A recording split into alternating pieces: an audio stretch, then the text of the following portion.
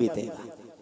चाहे संसार की कोई भी माँ कितना भी मान लेगी, लेकिन माँ वाला प्यार कोई नहीं दे सकता। हम उसके बिना रहे, लेकिन यदि एक भगवान से, एक माँ से भगवान ने मुझे दूर किया तो हजारों माँ मुझे मिले। यदि एक गांव से हम अलग हुए तो हजारों गांव हमारे अपने हैं। यदि एक परिवार से अलग हुआ तो हजारों परिवार हमारे अपने हैं। तो मैंने जीवन को बड़े करीब से देखा और उसको परखा, समझा, समझने की कोशिश की। आज भी 4 विषय से मेरा एमए हो गया, व्याकरण से, साहित्य से और भागवत से, और संस्कृत में इसी बार क्लियर हुआ है। अभी पीएचडी कर रहा हूं।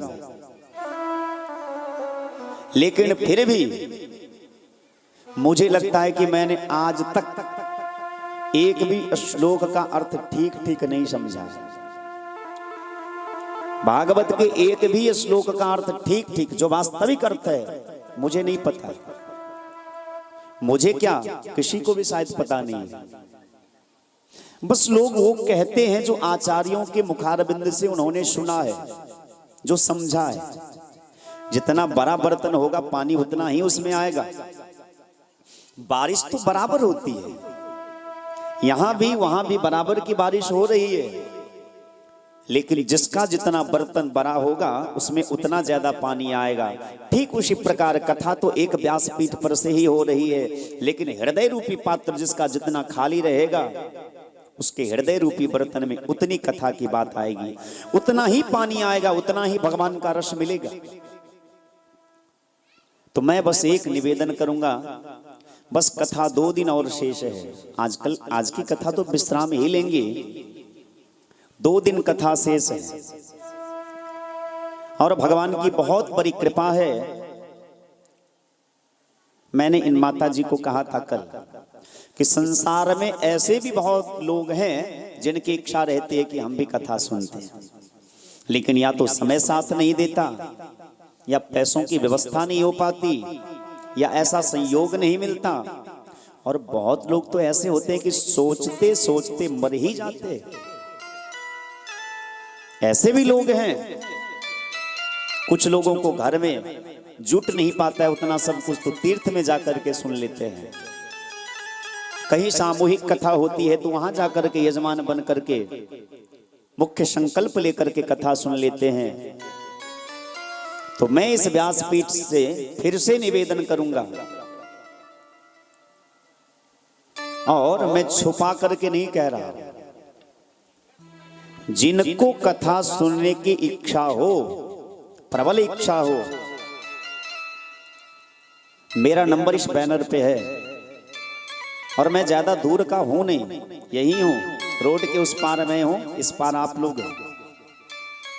आपके सगे संबंधी भी यदि किसी को कथा सुनने की इच्छा हो तो विनम्रता पूर्वक आप मुझे कहें कि मुझे कथा सुननी है, मैं आपके घर में अकेले बैठ करके भी कथा सुना दूंगा। आपको यदि इतना बड़ा मंच की व्यवस्था नहीं होगी, इतना रुपया आप खर्च नहीं कर पाएंगे, तो भी कथा सुन लेंगे। हाँ, लेकिन जो उसका विधान है, जो परिकल्पना लोग करते हैं, सब अपने अपने अनुरूप करते हैं। गरीब भी अपनी बेटी का विवाह करते हैं, राजा भी अपनी बेटी का विवाह करते हैं।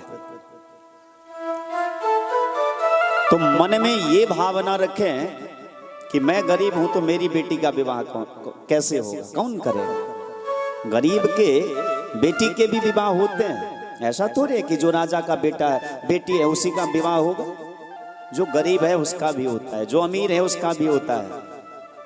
ठीक उसी प्रकार जो निर्धन है उनका भी, जो सधन है, धनवान है, उनका भी। तो मैं निवेदन ये कर रहा था कि इस 7 दिन की कथा में यदि आप मुझे थोड़ा भी हृदय से मानते हैं, विश्वास तो है कि आप लोगों के हृदय में थोड़ा प्रेम होगा मेरे लिए, तो हाथ जोड़ करके बस एक बात कहूंगा कि किसी प्रकार से भगवान का हो जाइए, बहुत फायदे में रहेंगे।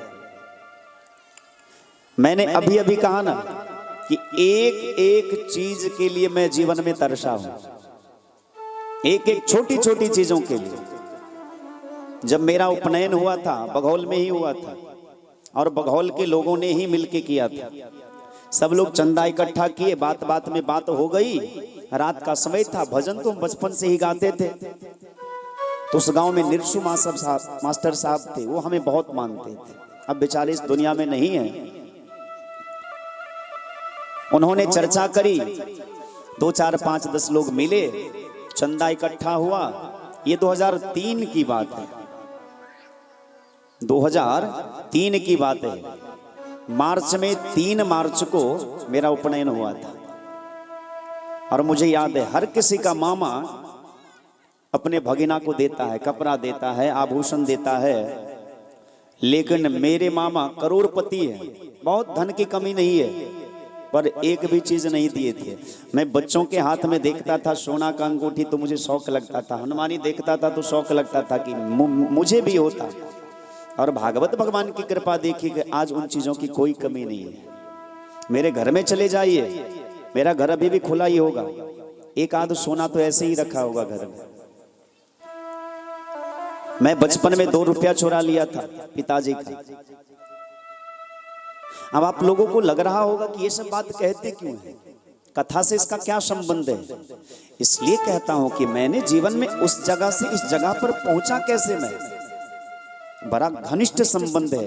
कथा तो एक परंपरा है, कथा कहेंगे बस हो गई, पूरी कथा हो गई। लेकिन कथा का वास्तविक अर्थ क्या है।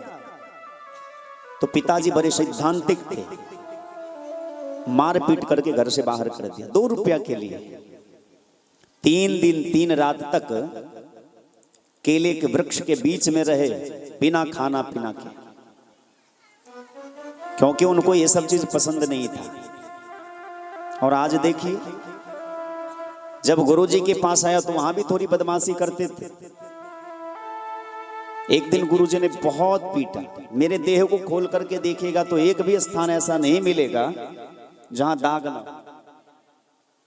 रोज पीटते थे, प्रतिदिन 100-150 छरी तो हमको लगभग रोज लगता था। सप्ताह में 5 दिन तो लगते ही थे। और सिर्फ एक कारण से ज्यादा, ये ना सोचिएगा कि चोरी के कारण लगता था। हम भोजन ठीक से नहीं करते थे, इसलिए भोजन में थोड़े हम अलग टाइप के खाते थे। तो इन चीजों के लिए, छोटी छोटी बातों के लिए आजकल के बच्चों को इतना कष्ट दीजिएगा। इचलवा सबको थोड़ा डांट देते तो लगता है कि कच्चे चिबा जाएगा। सही कह रहा हूं। और मुझे एकांत में कहते हैं कि आपकी बहुत गलत आदत है, आप लोगों के सामने डांटते रहते हैं, बुर्बक बना देते हैं। मुझे याद है, और मेरे गुरुजी आएंगे, पूछिएगा। यहाँ बघौल के भी 2 4 5 लोग हैं, सुनते ही होंगे, मैं झूठ नहीं बोल रहा। मेरे गुरुजी अभी भी मुझे मारते हैं। यदि मुझसे कोई गलती होती है, कोई अपराध होता है, ये माँ बाप का तो जन्मजात सिद्ध अधिकार है कि बच्चा चाहे जितना भी बड़ा हो जाए, यदि वो अपराध करे तो उसे दंड दो। तो कहने का अर्थ यह है कि जब तक बिकान था कोई पूछता न था, तूने मुझे खरीद कर अनमोल कर दिया। जब तक मैं भगवान का नहीं था, संसार में फंसा था, तब तक मेरी कोई पूछ नहीं थी। आपको लगता होगा कि मैं इस गांव में पहली बार आया हूं, नहीं। उन माता जी को देखा तो मुझे याद आया, मैं बहुत बचपन में आया था। एक बार तो इस गांव में कीर्तन भी किए हुए हैं, बहुत बचपन की बात है। अब ये चर्चा ना करिए कि कहाँ आए थे भाई, जहां आए थे सो आए थे, चर्चा करके क्या फायदा। लेकिन आज भगवान की कृपा देखिए, भागवत की कृपा देखिए कि आपके समाज ने, आपके परिवार ने, आपके गांव ने मुझे आदर पूर्वक बुलाया है। क्यों मैं बहुत सुंदर हूं इसलिए, या बहुत खराब हूं इसलिए, बहुत धनवान हूं इसलिए, या बहुत गरीब हूं इसलिए? जी नहीं, भागवत जी की कृपा है। मैं भागवत जी का हो गया इसीलिए मेरा सम्मान है। मैं भगवान का हो गया इसीलिए मेरी पूछ है। तो कहने का अर्थ यह है कि आप लोग भी, कथा कहने वाले तो ऐसे आएंगे जाएंगे, आप कथा सुनेंगे, आपको आनंद आएगा, प्रसाद लेंगे, आरती लेंगे, अपने घर जाएंगे। लेकिन विचार कीजिए कि हमने रोज रोज का 4 घंटा 5 घंटा समय जो भागवत जी को दिया, उसके बदले हमने लिया क्या? हम 4 घंटा यहाँ नीचे बैठे रहते हैं, कष्ट सहते रहते, देह दुखता रहता है, कमर दुखता रहता है, मन व्यग्र हो जाता है, फिर भी नहीं जाते, क्योंकि एक उम्मीद होती है मन में कि कुछ तो मिलेगा, इन 4 घंटा की कथा में कुछ तो मिलेगा मुझे, जो मेरे जीवन का सहारा होगा। तो इन 7 दिनों की कथा में कम से कम एक बात को भी अपने जीवन में उतारिएगा तो समझिएगा कि हमारी कथा सफल हो गई। और यदि आपने ऐसे ही सुना और इस कान से सुन करके इस दूसरे कान से निकाल दिया तो समझिएगा कि हम यूं ही व्यर्थ हमारा समय बीता। बस ये हुआ कि घर में रहते तो थोड़ा झगड़ा झंझट होता, टेंशन होता, वहां गए तो कोई टेंशन नहीं, बस इतना ही फायदा मिला। लेकिन अच्छा समय मिले, यदि अच्छे समय का सदुपयोग आप नहीं करेंगे तो समय आपका दुरुपयोग करना चालू कर देगा। इसलिए जीवन में समय बढ़िया आवे तो उसका सदुपयोग करना सीखिए। आपने सही समय का सही सदुपयोग नहीं किया तो एक वक्त ऐसा आएगा जो समय आपका दुरुपयोग करेगा। इसलिए अच्छा समय आया है, भगवान की कृपा हुई है। ये चाहती माता जी तो घर में बैठ करके एक पीढ़ी दे देती, आराम से वही कथा सुना देते, लेकिन नहीं, इससे केवल इनका कल्याण होता, पर इन्होंने ऐसी व्यवस्था करी, ध्वनि यंत्र की व्यवस्था की, मंच की व्यवस्था की, सारी व्यवस्था की, जिससे कि जिस समाज में रह रही हैं, ये परिवार जिस समाज का है उस समाज का भी हित हो, उस समाज का भी कल्याण हो। इस भागवत का लाभ, क्योंकि भगवान का प्रसाद अकेले नहीं खाया जाता, बांट करके खाया जाता है। तो ये भागवत जी सबको लाभ मिले, सबको फायदा मिले, इसी भाव से यहां भागवत की कथा हुई है।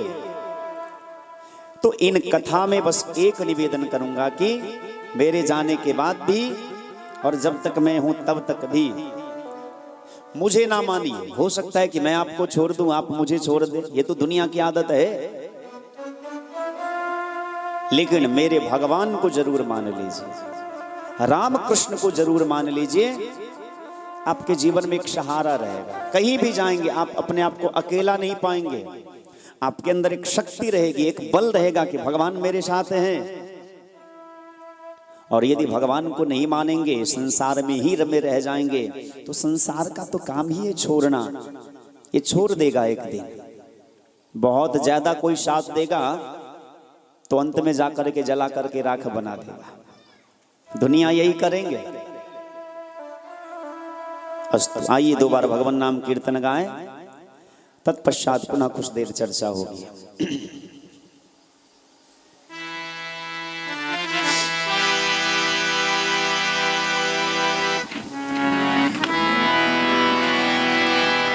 चली जा रही है उम्र धीरे धीरे, चली जा रही है उम्र धीरे धीरे, पल पल ओ आठों पहर धीरे धीरे, पहर धीरे धीरे, चली जा रही है उम्र धीरे धीरे, चली जा रही है उम्र धीरे धीरे, चली जा रही है उम्र धीरे धीरे, चली जा रही है उम्र धीरे धीरे।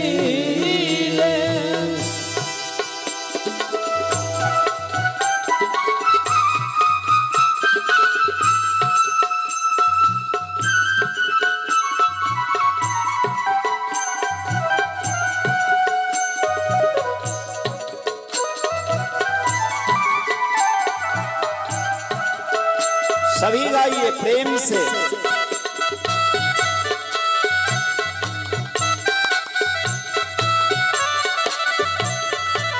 चली जा रही है उम्र,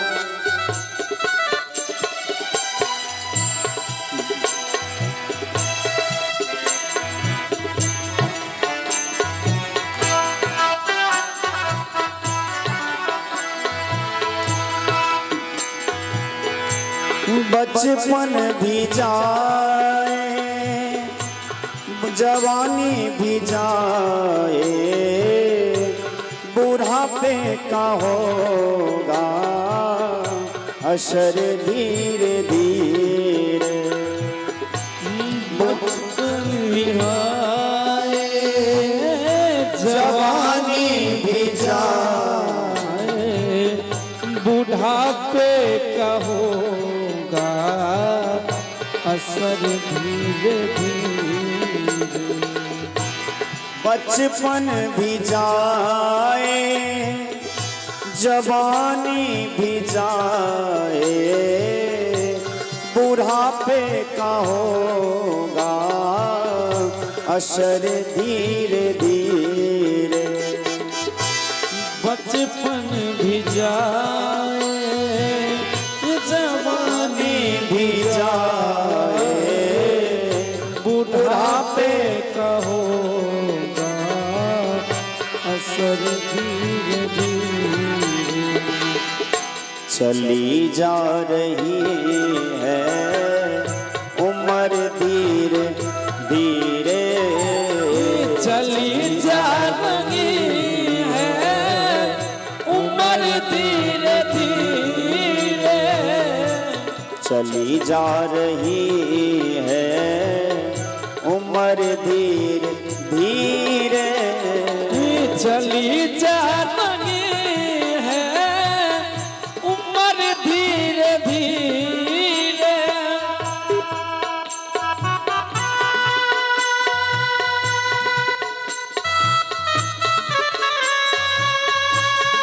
जय हो।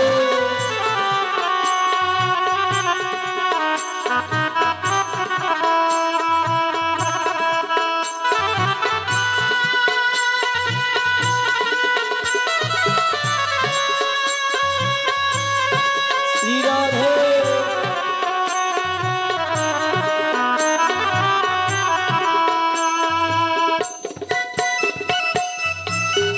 जय हो।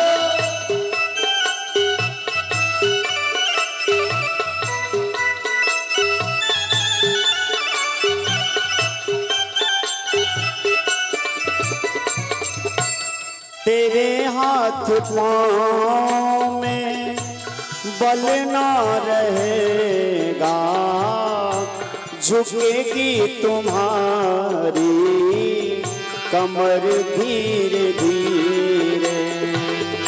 तेरे हाथ पाँव में बल न रहेगा, जिंदगी तुम्हारी उम्र न रहेगा। तेरे हाथ पाँव में बल ना रहेगा, झुकेगी तुम्हारी कमर धीरे धीरे। तेरे हाथ पाँव में बल न रहेगा, झुकेगी तुम्हारे कमर धीरे धीरे। जय हो। चली जा रही है उम्र धीरे धीरे। चली जा रही है उम्र धीरे धीरे। चली जा रही है उम्र धीरे धीरे। चली जा रही है उम्र धीरे धीरे।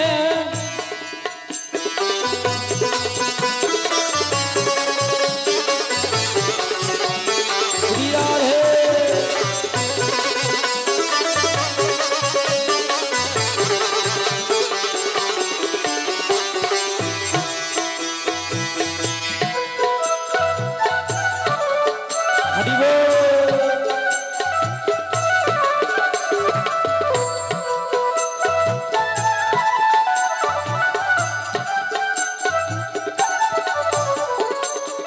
शिथिल अंग होंगे सब एक दिन तुम्हारे, तेरी मंद होगी नजर धीरे धीरे।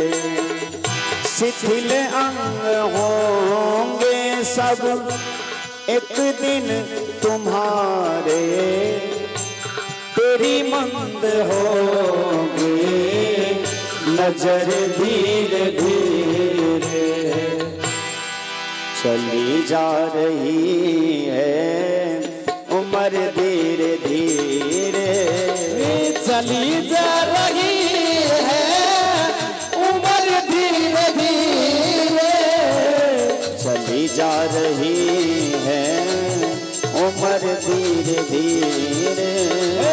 चली जा रही है उम्र धीरे धीरे।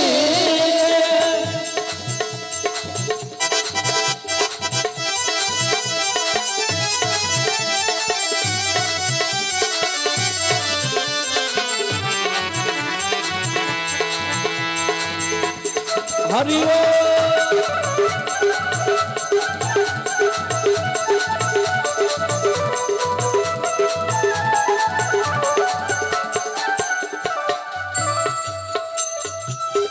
बुराई से तब तो मन को हटा ले, तो बन जाए तेरा जीवन धीरे धीरे।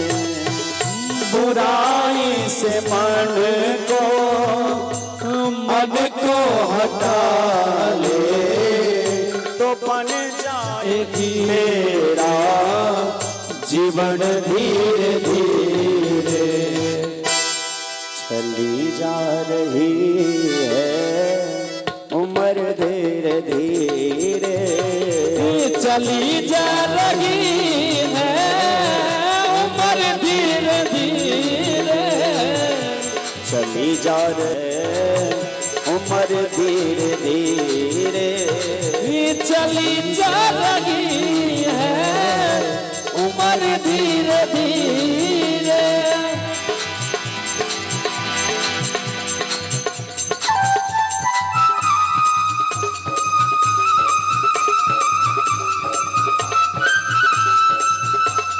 श्री राधे।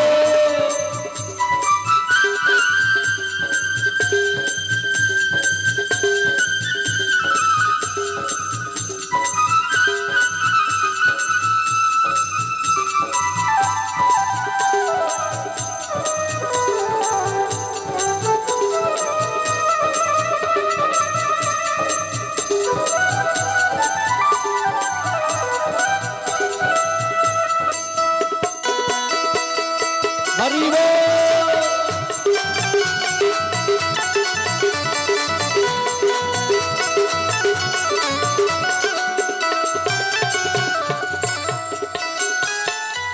भजन कर हरि का पल पल ओ प्यारे, तो मिल जाएगा ओ सजन धीरे धीरे। भजन कर हरि का पल पल ओ प्यारे, तो मिल जाएगा सजन धीरे धीरे। महात्मा का कितना सुंदर संकेत है। बनत बनत बन जाई हरि में लगा रहो रे भाई। भजन कर हरि का पल पल ओ प्यारे, तो मिल जाएगा ओ सजन धीरे धीरे। भजन कर हरि का पल पल ओ प्यारे, तो मिल जाएगा वो सजन धीरे धीरे। चली जा रही है उम्र धीरे धीरे। चली जा रही है उम्र धीरे धीरे। पल ओ आठों पहर धीरे धीरे, पहर धीरे धीरे, पल पल ओ आठों पहर धीरे धीरे, पहर धीरे धीरे। चली जा रही है उम्र धीरे धीरे, चली जा रही है उम्र धीरे धीरे, चली जा रही है उम्र धीरे धीरे, चली जा रही है उम्र धीरे धीरे। और अंतिम संदेश ये था महात्मा का, भजन कर हरि का पल पल ओ प्यारे, तो मिल जाएगा ओ सजन धीरे धीरे। भजन कर हरि का पल पल ओ प्यारे, तो मिल जाएगा ओ सजन धीरे धीरे। चली जा रही है उम्र धीरे धीरे, चली जा रही है उम्र धीरे धीरे। हरि बोल हरि बोल हरि हरि हरि बोल, हरि बोल हरि बोल हरि हरि हरि बोल, हरि बोल हरि बोल हरि हरि हरि बोल, हरि बोल हरि बोल हरि हरि हरि बोल, हरि बोल हरि बोल हरि हरि हरि बोल, हरि बोल हरि बोल हरि हरि हरि बोल, हरि बोल हरि बोल हरि हरि हरि, हरि बोल हरि बोल हरि हरि हरि बोल, हरि बोल हरि बोल हरि हरि हरि बोल, हरि बोल हरि बोल हरि हरि हरि बोल, हरि बोल हरि बोल हरि हरि हरि बोल, हरि बोल हरि बोल हरि हरि हरि बोल, हरि बोल हरि बोल हरि हरि हरि बोल, हरि बोल हरि बोल हरि हरि हरि बोल, हरि बोल हरि बोल हरि हरि हरि बोल, हरि बोल हरि बोल हरि हरि हरि बोल, हरि बोल हरि बोल हरि हरि हरि बोल, हरि बोल हरि बोल हरि हरि हरि बोल, हरि बोल हरि बोल हरि हरि हरि बोल, हरि बोल हरि बोल हरि हरि हरि बोल, हरि बोल हरि बोल हरि हरि हरि बोल, हरि बोल हरि बोल